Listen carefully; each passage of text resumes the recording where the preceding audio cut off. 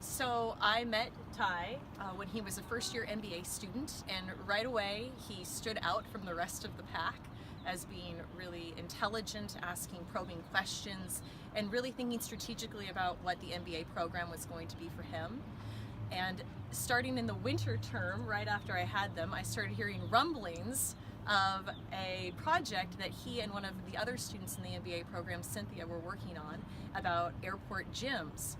And so throughout their first year and before their second year when they took the class with me, I kept hearing about this, and they came into my office several times to say, oh, we have this company that we want to start and we can't wait to take your class because we really want to think about the branding specifically.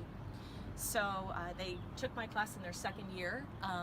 And initially when I had come up with the idea of the course, I was using ideas from other institutions. So I had gone to University of Washington, and my own advisor, Mark Forehand, had been the student of Kevin Lane Keller, who's one of the big branding gurus in the industry. And in his course, the students were primarily using the final project to do brand audits.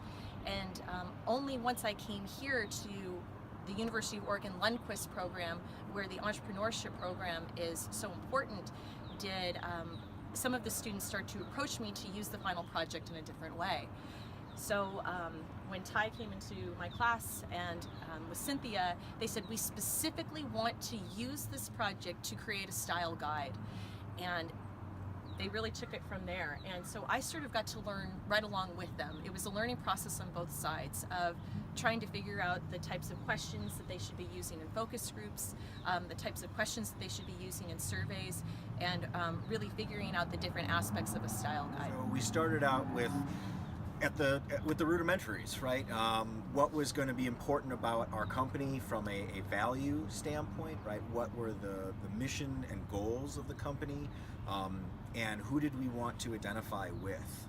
And those are the inherent questions you need to answer before you come up with any sort of brand, right? Because the brand is a way of painting that picture, but if you don't know what the image is supposed to be when you started out, you're kind of at loss. Now, that being said, you know that image is going to change, so draw lightly and use a pencil and have an eraser, but you need somewhere to start. And so Katie's class really helped us begin with those initial questions. You know, what were the focus groups going to look like? How are we going to design that vetting process to at least give us a starting point that we would then have to iterate off of going forward?